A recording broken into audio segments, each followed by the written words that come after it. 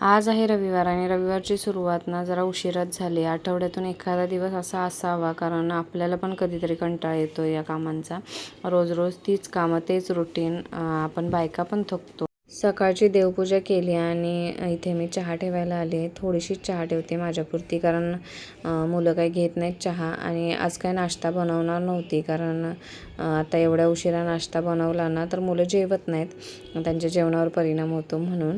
आणि आज नाश्ता खायचा मूड पण नव्हता माझा, त्याच्यामुळे मग बनवलाच नाही. पण जेवण आज एवढ्या उशिरा झालं ना की काय, पोरं नंतर भूक भूक करायला लागली. मग नंतर वाटायला लागले की नाश्ता बनवला असता बरं झालं असतं. मुलं पण आज थोडी उशिराच उठली आणि त्यांना पोहे उपीट वगैरे खाऊन कंटाळा आला आहे ना, म्हणून मी आज नाश्ता बनवला नाही. म्हटलं जाऊ दे, एक दिवस राहू दे.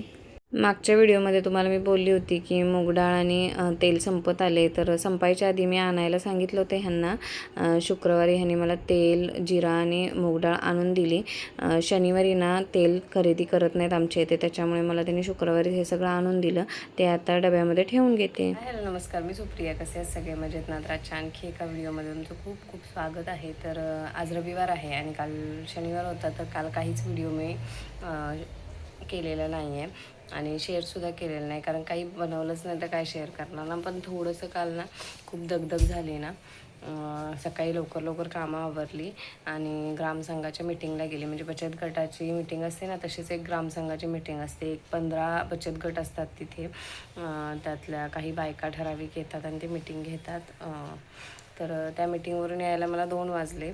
जवळजवळ 12 वाजता गेली होती आणि तिकडून आली तेच वास्तुशांतीला गेली. म्हणजे घरभरणी इकडे म्हणतात. वास्तुशांतीला गेली आमच्या शेजारी, आमंत्रण आलं होतं तर. आणि तिकडे थोडासा व्हिडिओ घेतला आहे मी, तो वाटल्यास इथं थोडं शेअर करते. तर अशा पद्धतीने काल अख्खा दिवस असाच गेला बाहेर, त्याच्यामुळं काहीच शूट मी घेतलं नाही. आणि दुसऱ्याच्या घरी जाऊन कॅमेरा सतत पकडणं हे काय बरोबर नाही, त्याच्यामुळे मी थोडीसंच घेतलं आहे क्लिप, ती पण तुम्हाला शेअर करते. आणि दगदग झाल्यामुळं ना खूप डोकं दुखत होतं, त्याच्यामुळं ना तेल लावले मी. असं माथ्यावर तेल लावते जेव्हा डोकं दुखतं तेव्हा. आणि सगळं चंपू चंपू झाले, त्याच्यामुळं पण ठीक आहे, कारण आपली तब्येत पण बरी असणं महत्त्वाचं आहे. तर अजूनही कुणी चॅनेलला सबस्क्राईब केलं नसेल तर नक्की सबस्क्राईब करा. आणि तुम्ही सबस्क्राईब केलं तरच मला पुढे अजून नवीन नवीन व्हिडिओ बनवण्यासाठी ऊर्जा मिळेल, त्याच्यामुळे प्लीज सबस्क्राईब करा. आणि आता दिवसभरात जे काय होईल ते तुम्हाला मी शेअर करते. पूजेच्या इथं गेल्यानंतर ना आरती चालू झाल्यावर आम्ही इथे ना किचनमध्येच आरतीसाठी उभे होतो, कारण हॉलमध्ये पण गर्दी होती ना त्याच्यामुळे. आणि सुंदर असं त्यांनी खरंच घर छान बनवलं आहे. आरती झाल्यानंतर ना पूजेच्या पाया वगैरे पडलो आम्ही सगळेच आणि प्रसादी घेतली आणि मग आम्ही जेवायला खाली गेलो.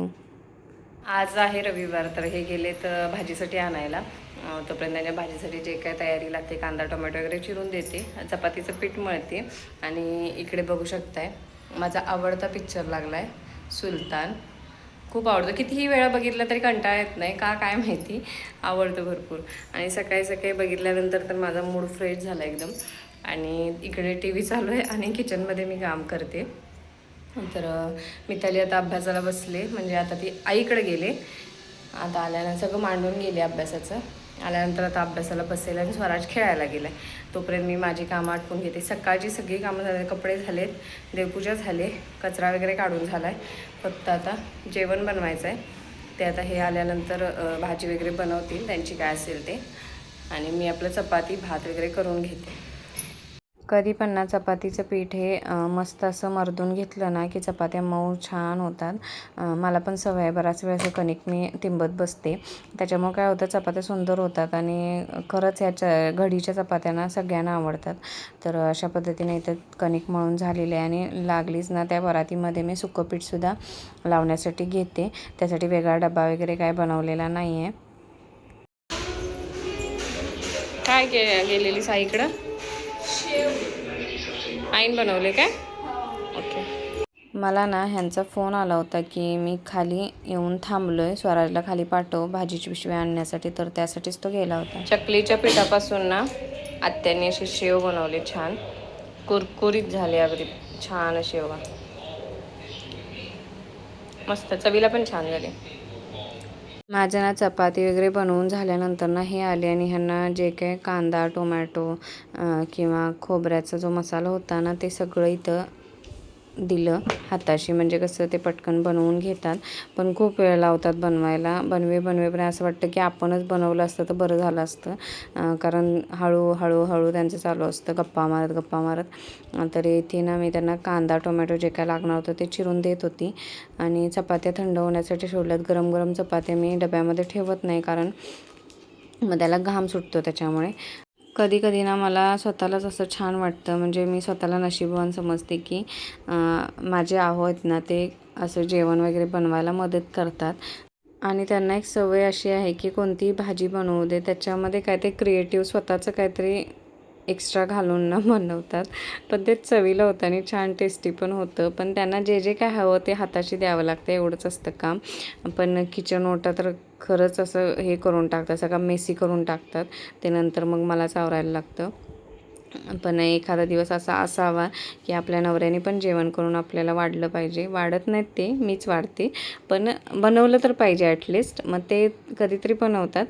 कारण कधी ना जेवणामध्ये ना वेगळी टेस्ट ही हवीच. कारण रोज मीच जेवण बनवते आणि रोज तीच चव खाऊन पण घरातले कंटाळलेले असतात. म्हणजे मीच जास्त कंटाळलेली असते स्वतःच्या हातची स्वतःच खाऊन. आणि मुलंसुद्धा बऱ्याच वेळा कंटाळतात. मग ह्यांचं जरा स्पायसी जेवण असतं तरी पण ते आनंदाने जेवतात. आमच्या साहेबांना जेवण बनवायला दिलं की हे अशी अवस्था करतात किचन ओट्याची. तर आत्ताच आमचं जेवण झालंय. स्वराज इकडं काय खातोय? भडंग खातोय. जेवून भडंग खातोय. त्यानं काय भात नाही जेवलंय. आहो, कसं झालंय तुमचा पेत? मस्त ना. तृप्त झालेत पोरं, पण म्हणते जेवण छान झाले, एक नंबर. तुझ्यापेक्षा छान, म्हणजे माझ्यापेक्षा छान झाले. बाबांनी बनवलं की आवडतं सगळं. पण छान बनवतात, मला पण माहिती आहे, टेस्ट चांगली आहे त्यांच्या हातची. सगळा किचन ओटा क्लीन करून भांडी वगैरे घासून घेतली मगाशी जेवलेली. आणि मगाशी तुम्ही गॅसची अवस्था कशी होती ती बघितलीत. आणि आता सगळं स्वच्छ करून घेतले. आणि उद्या सोमवारसुद्धा आहे ना, त्यामुळे मग एक वेगळे एक्स्ट्रा परत करायची गरज नाही. संध्याकाळी फक्त एक हात फिरवला की झालं. आता छान अशी चहा ठेवते. जरा 6 वाजले तर पटकन मी चहा पिऊन घेते. रात्रीचे ना 8:30 वाजत आलेत आणि जेवण बऱ्यापैकी शिल्लक आहे. ह्याने दुपारी जे बनवलं होतं ते सुद्धा शिल्लक आहे आणि माझंसुद्धा जेवण शिल्लक आहे. थोडासाच भात फक्त करायला लागला तर गरम करणार आहे. आणि आता म्हटलं काय करावं बसून, व्हिडिओसुद्धा एडिट करायचा आहे मला थोड्या वेळाने. आणि मुलंसुद्धा टी व्ही बघत बसलेत. त्याच्यामुळे म्हटलं आता शूट करायला, म्हणजे मी खरं तर हे करणार होती, गुलाबजाम बनवणार होती उद्या प्रसादासाठी. पण ते आत्ता कॅन्सल केले. सकाळीच उद्या फ्रेशमध्ये बनवेन आणि संध्याकाळी मग ते आपल्याला नैवेद्याला होतील. तर मी आधीच रिव्हील करते ही गोष्ट. खरं तर मी सांगणार नव्हती, उद्याच तुम्हाला डिरेक्टली दाखवणार होती. पण ठीक आहे, आता मी बोलून गेले तर बोलून गेले.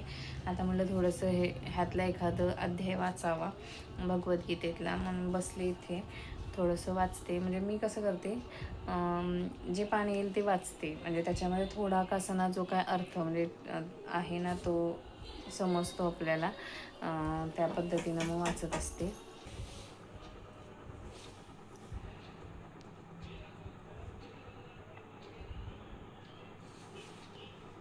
फक्त अंगठ्यालाच राहिले नेलपेंट.